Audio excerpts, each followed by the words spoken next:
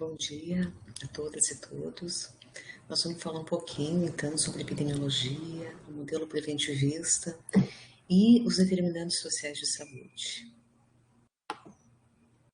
Então, o modelo preventivista, vamos começar com o modelo preventivista.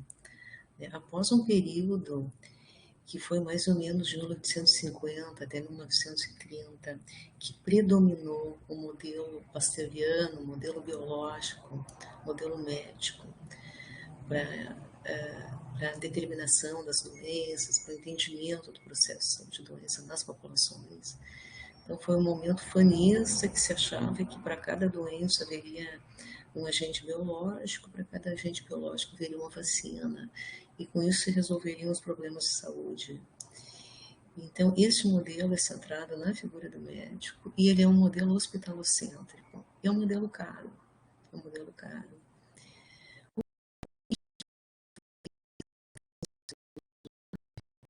Da Bolsa de Nova York, e a gente tem que enfatizar que o capitalismo tem crises periódicas, cíclicas, né, em que há uma queima da produção, em que há inclusive um descarte das pessoas consideradas supérfluas, sobrantes. Né, a gente vê isso agora.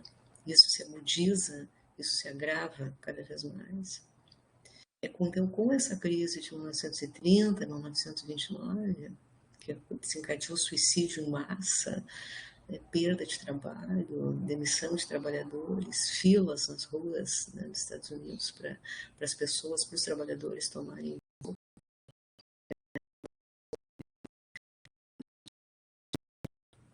Com essa crise, alguns trabalhadores de saúde, alguns pensadores da saúde, epidemiologistas, eles pensaram, eles elaboraram isso que a gente chama de um modelo preventivista, ou um modelo da história natural da doença. E a ideia era diminuir custos da atenção de saúde. Né?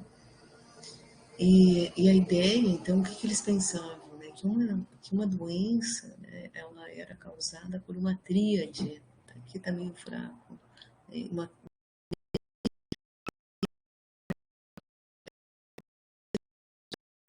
os agentes, né, causadores da doença, as pessoas, né, os hospedeiros, que eles chamam, queriam ter a doença, e isso tudo mediado pelo ambiente. Então, antes das pessoas adoecerem, né, esses três fatores, esses três elementos estariam no equilíbrio, então, né, o fiel da balança, ele iria para um lado, ele ia cair para um outro, para um ou para outro lado, em função do ambiente. O ambiente seria o fiel da balança, seria o regulador desses três elementos.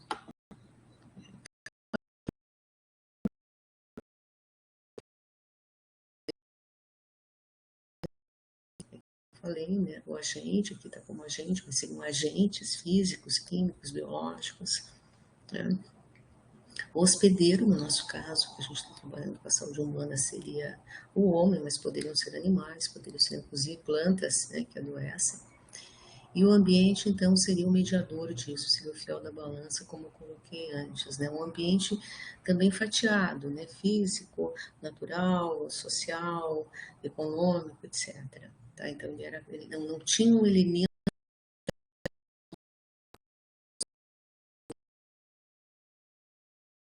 que faz esse modelo como se fosse uma caixa de fósforo, que todos os palitos fossem iguais, quando a gente sabe que os pesos, né, são diferentes nesse processo. Então, uma vez iniciada a doença, isso aconteceria antes, no período pré-patogênico, ou seja, antes das pessoas adoecerem. Antes das pessoas adoecerem, haveria essa situação. Iniciada a doença, vai haver um período que se chama inicial, né, um período de latência, no caso das doenças infecciosas, muitas vezes a gente fala que é um período subclínico, né, que a doença ainda não está, o período de incubação ainda dessa doença, né, ela não está aparente, ela não tem sinal e sintomas, então está abaixo do horizonte clínico dele ser percebido. Uma vez ele percebido, né, com sinais e sintomas, então a doença pode ser diagnosticada, né, E ela vai evoluir, então, para, né, para uma situação, então, de dano de tecido, né, de defeito, de dor, e ela vai ter sintomas, né? Isso, então, acaba, ela vai terminar, ou a pessoa morre, ou a pessoa cura, tá? Ou ela permanece num estado de cronicidade ou com sequelas.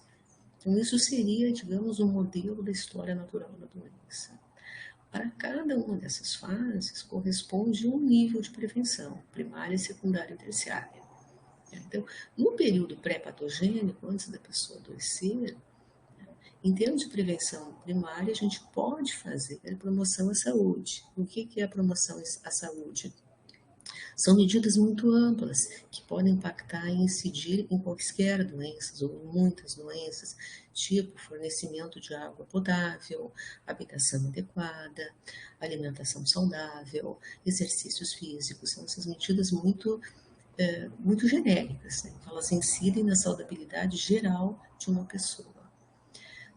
Também no período pré-patogênico, a gente pode fazer a proteção específica. Então, aí já vai ter um fármaco, uma vacina, um soro, né, uma complementação nutricional importante, né, para que previna uma doença futura.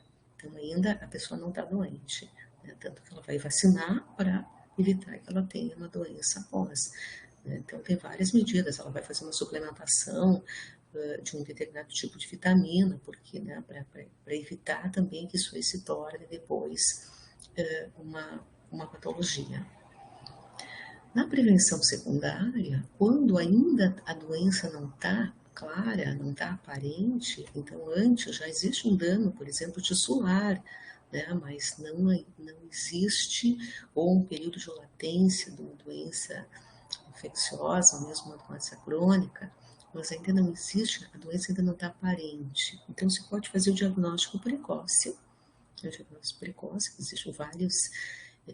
Isso foi muito pensado para o câncer, se imaginava que para todos os tipos de câncer se poderia fazer o diagnóstico precoce, teve todo um ufanismo inicial, né? Mas na realidade a gente sabe que nem todos, não é para todos os tipos de câncer que o diagnóstico precoce vai funcionar, vai fazer com que melhore, digamos, o prognóstico, né, e o curso daquela doença. Então, nessa fase, o que se faz, a primeira fase é o diagnóstico precoce, os testes de screening.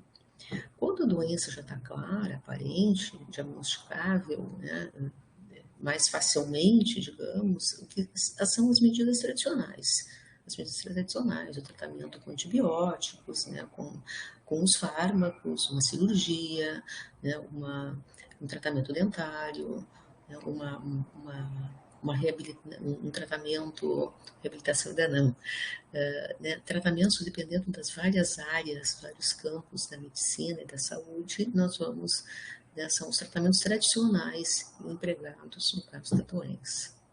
E por último, no caso da prevenção terciária, quando a pessoa então está numa situação de cronicidade ou de sequela, a prevenção terciária pensa na reabilitação.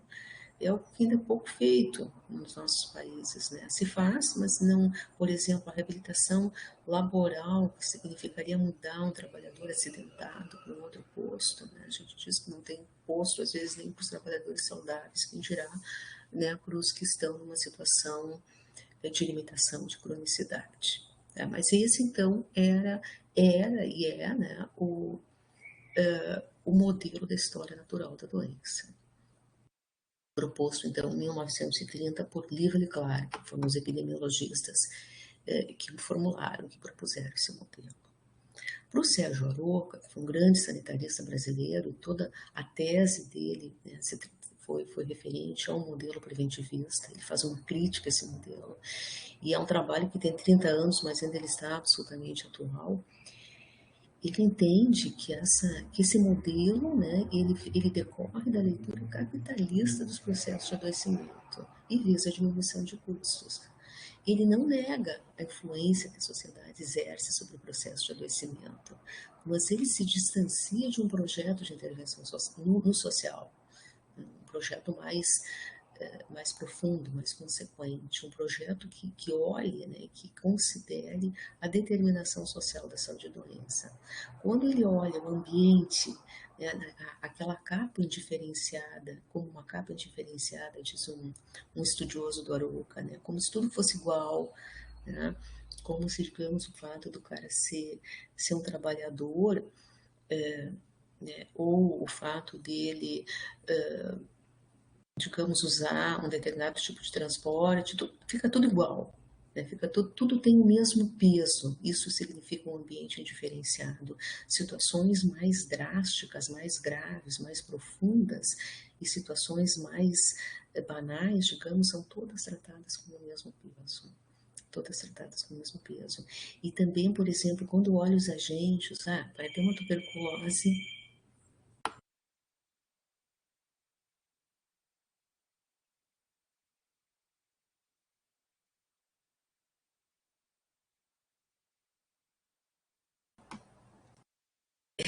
bateu o IBGE, eu respondi o censo do IBGE, né, o nosso dever de cidadão, me perdi agora um pouco, mas eu acho que essa parte a gente já tinha visto, né, e como um exemplo cinematográfico, né, da aplicação desse modelo, a gente indica o filme Cobaias, né? Ele é um filme fantástico, ele é baseado em fatos reais.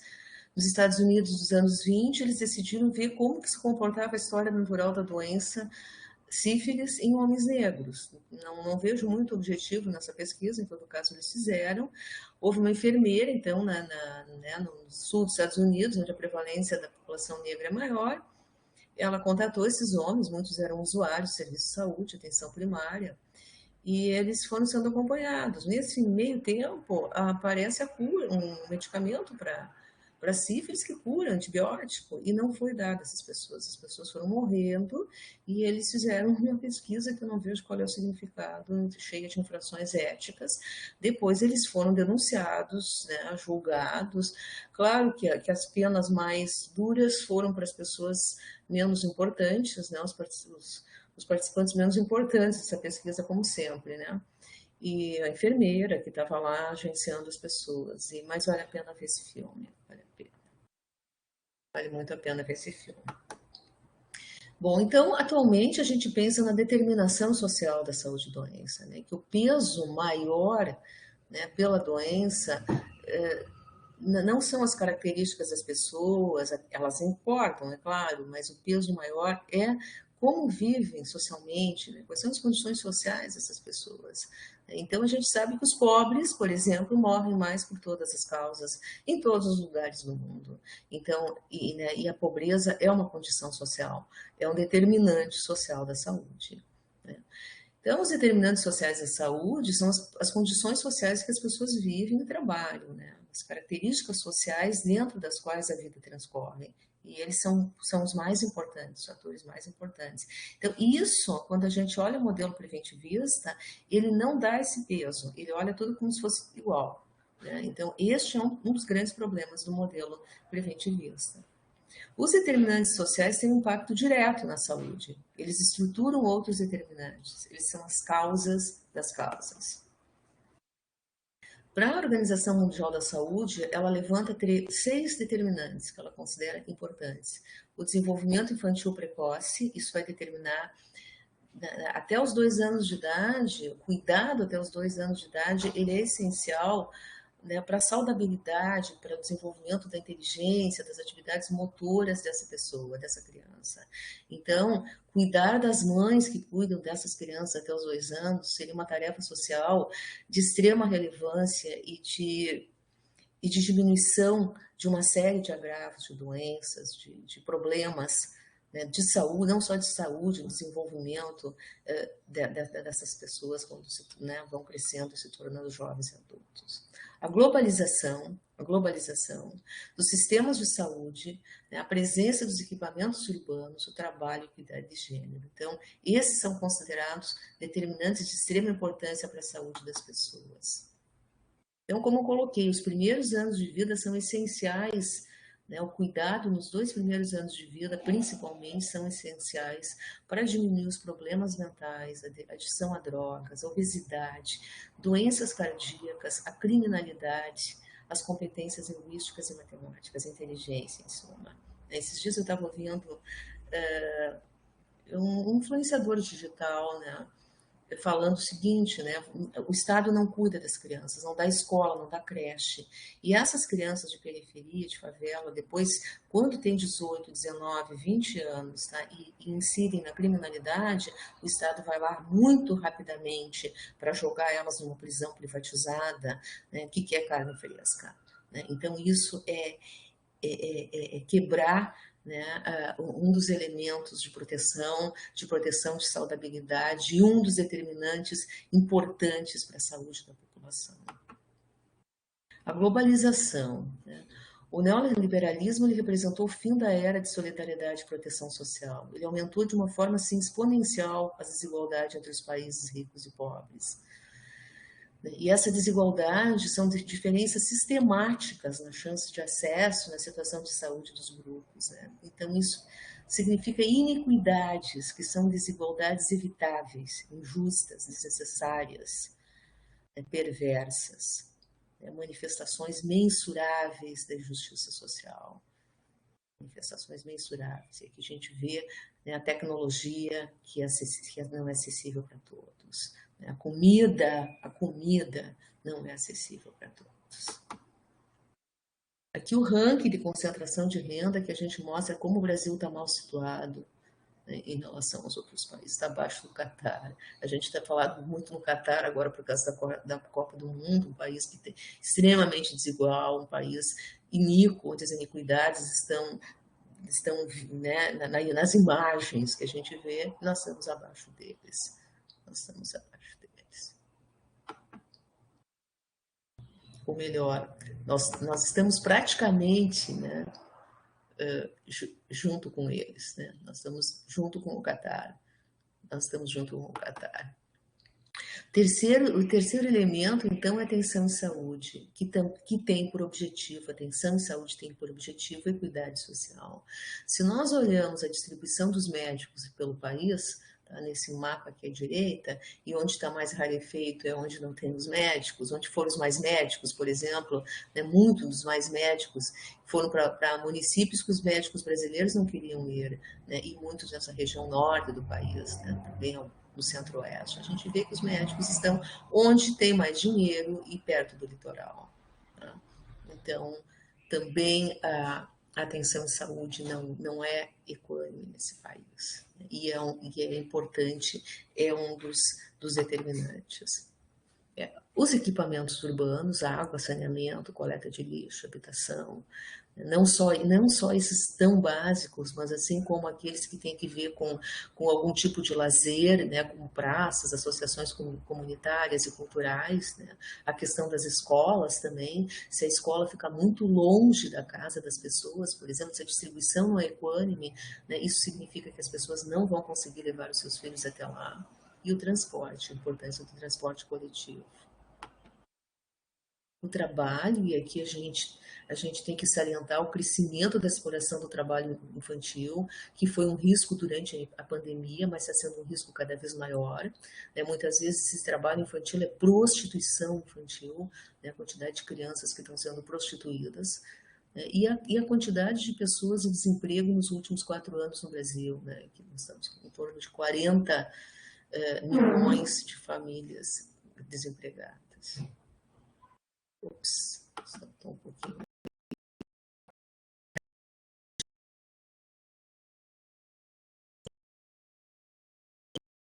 Né, fixar e focar que as mulheres recebem salários menores que os homens na maioria dos locais, praticamente em todos os países as mulheres recebem salários menores do que os homens para executar as mesmas tarefas. A questão do assédio sexual no trabalho, a dupla jornada do trabalho que muitas mulheres precisam, né, manter. A questão de 30% das famílias monoparentais no Brasil, 50% das crianças sem pai.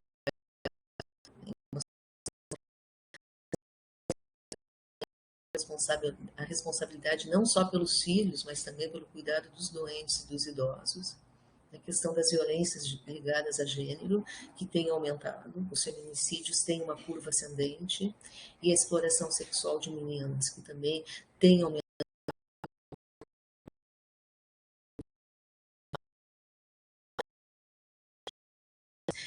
de vida, aumento da pobreza no país. Então, era isso que eu queria trazer para vocês hoje, e um abraço para todo mundo.